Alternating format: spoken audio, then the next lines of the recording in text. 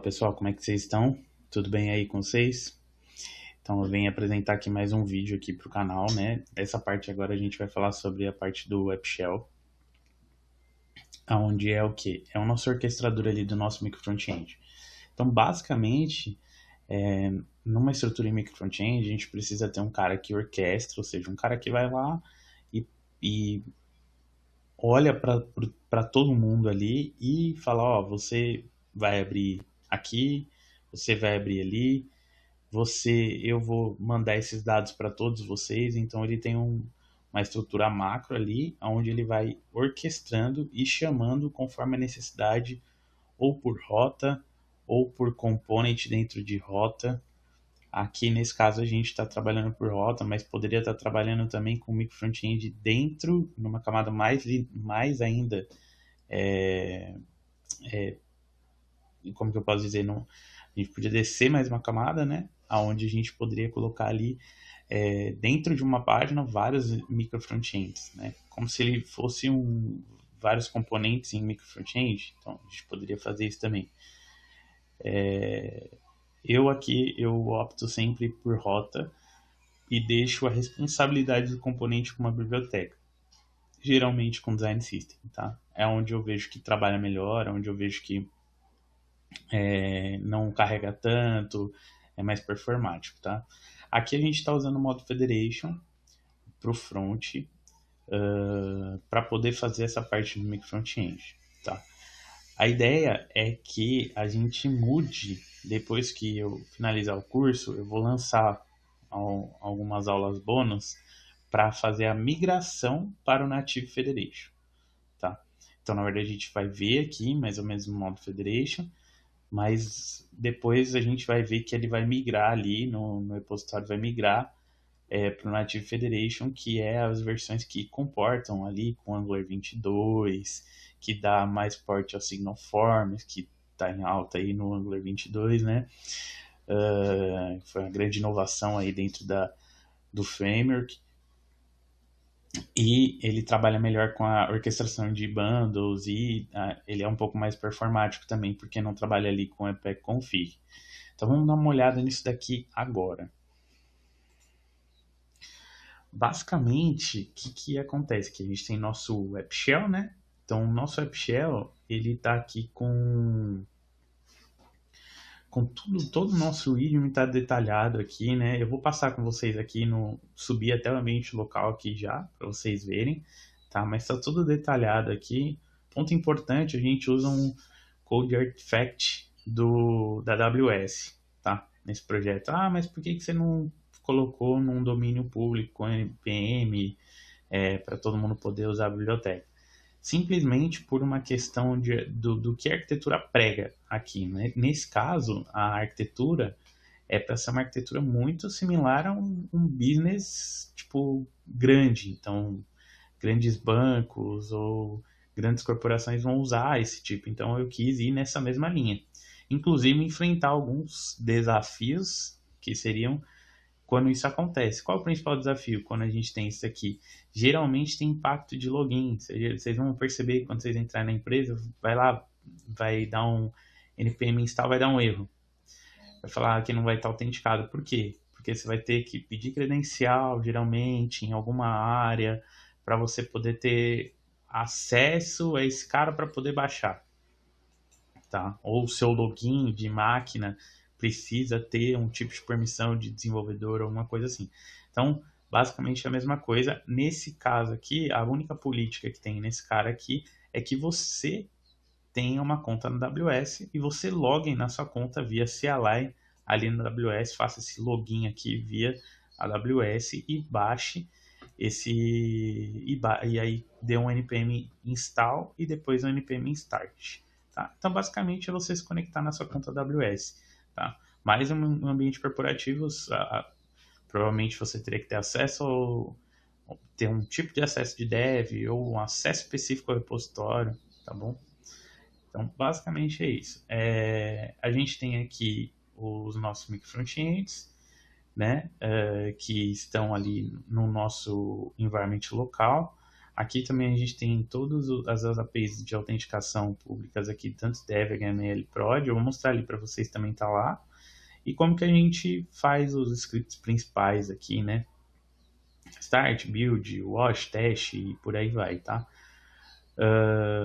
Todo o nosso deploy de front-end é feito no Bucket S3 com CloudFront. Então, o que, que acontece? A gente faz a chamada ali, a esteira joga para o S3.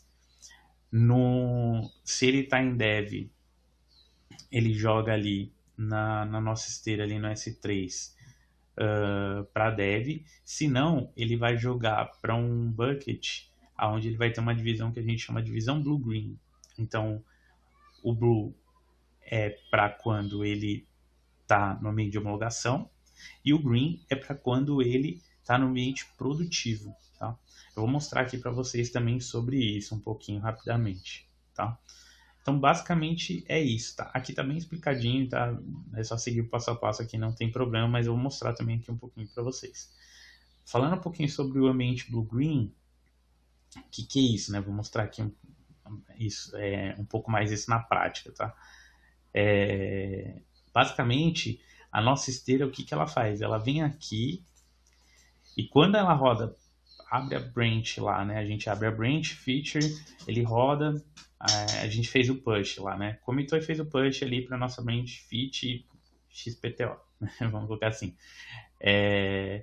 A partir do momento que fez esse push, ele vai rodar a primeira esteira para ele verificar o teste unitário, fazer os builds e tudo mais.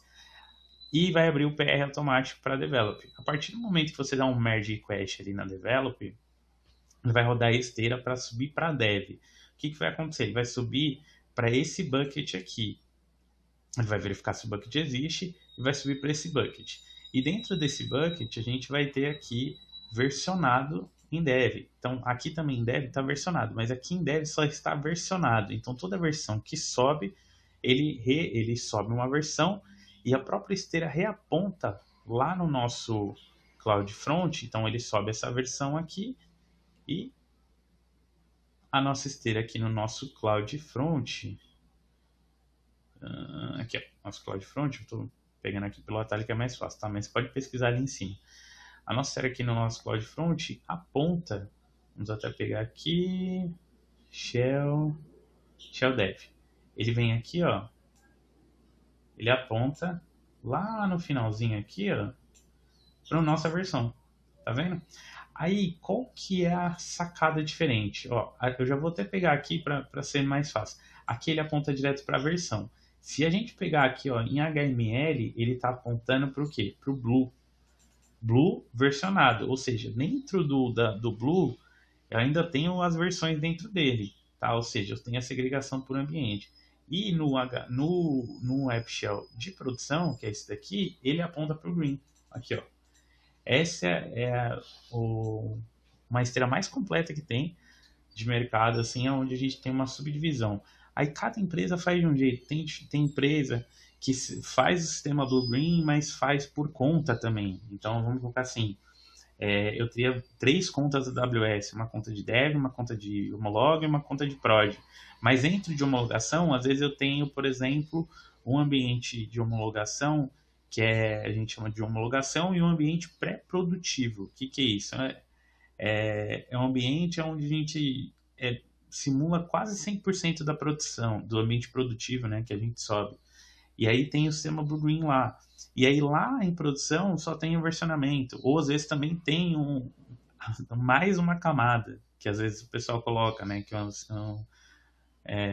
um Blue para um pré-deploy produtivo, para fazer uma cadência de carga ou alguma coisa assim. Então isso ajuda bastante aqui na nossa segregação para se der algum problema a gente só dá um rollback na versão aqui mesmo ou até na própria esteira se ela estiver configurada para isso, tá bom?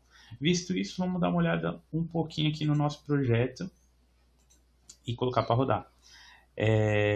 Basicamente, a gente tem aqui, né, o nosso projeto aqui numa arquitetura onde a gente tem o nosso wrapper component. O que ele é? Ele é uma camada macro ali, né, onde ele vai ter ali o navbar e o sidebar, tá? A gente tem os guards aqui, que seriam toda a parte de autenticação. No WebShell, a gente tem isso por quê? Porque ele é quem vai determinar o que vai para o que, tá? Vamos colocar assim. Ele quem vai determinar a autenticação. Ele que vai pegar a autenticação e jogar ali para os micro frontends, tá? O nosso interceptor, básicozinho.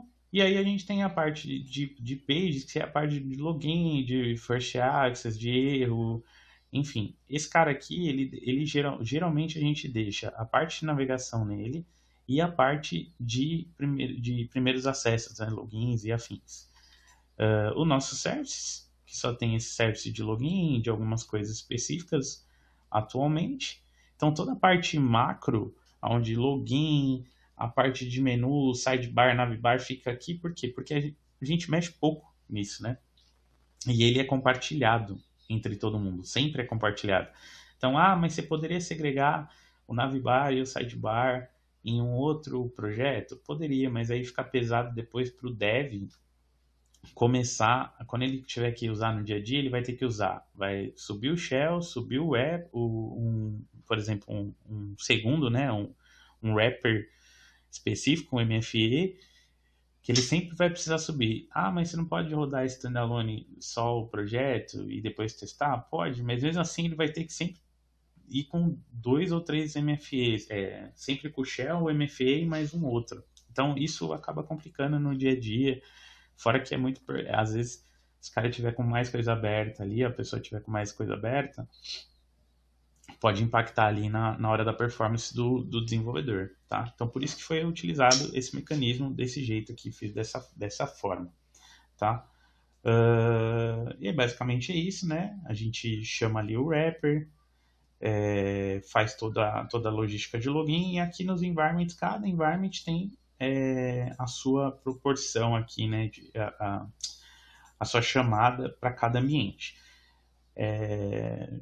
Legal falar também que cada esteira que roda, toda esteira que roda quando tem atualização, por conta de eu não ter um domínio fixo, vocês podem ver que ele é um domínio dinâmico, toda vez que a gente sobe ou a gente mata um CloudFront, ele muda isso daqui. Então, quando matar um CloudFront, ele vem aqui no AppShell e atualiza, tá? Para vocês verem aqui, basicamente a gente dá um npm start aqui, né? Eu já tenho um install aqui, mas se der erro no install, é aquele lance, né? Faz login com a AWS CLI, aqui instala a AWS CLI, faz login e aí já pode pegar e consumir aqui a biblioteca, tá? Isso tudo é com o intuito de realmente fazer com que você viva essa experiência empresarial, tá? De grandes corporações, tá? A parte do GEST também é importante falar, né? Tudo acima de 90% de coverage, isso é muito padrão hoje em dia, tá? Nas empresas. Aí, basicamente, pessoal, o que a gente vai fazer agora? O ambiente subiu, né? Aí a gente já vê aqui, ó, a nossa tela de login, né? Tem a nossa tela de login, tem acessar conta, tem todas as telas ali, né? E aí a gente tem toda a configuração de ambiente aqui, que a gente pode pegar, por exemplo, os environments de produção, colocar aqui no local. Todos aqui, eles estão, em cada um desses arquivos, ele já está com os respectivos, as respectivas, né, os URLs de cada ambiente, tá certo? Bom, visto isso, acho que uma última coisa legal para mostrar é a parte aqui, deixa eu até achar aqui para vocês, aqui, ó. É a parte aqui de banco de dados, né? Aqui não dá para ver e tudo mais, mas basicamente a gente tem aqui nosso banco de dados de dev, homolog, prod, tá? Como é um banco de dados só em contexto de curso, não temos problema em ficar exibindo aqui, né? Óbvio que no ambiente empresarial você não vai mostrar o banco de dados para ninguém, muito menos num vídeo, né? Mas basicamente aqui a gente tem a divisão também de banco de dados da Debian Log Prod. É isso aí, pessoal. Muito obrigado por mais essa aula. A gente fica por aqui. Eu estou tentando o máximo que eu posso toda semana ou quase toda semana postar os vídeos para vocês tenham todo o conteúdo aí na íntegra. E se eu esqueci alguma coisa, pode me sinalizar aqui nos comentários. Siga, compartilhe. É isso aí. Muito obrigado e até a próxima.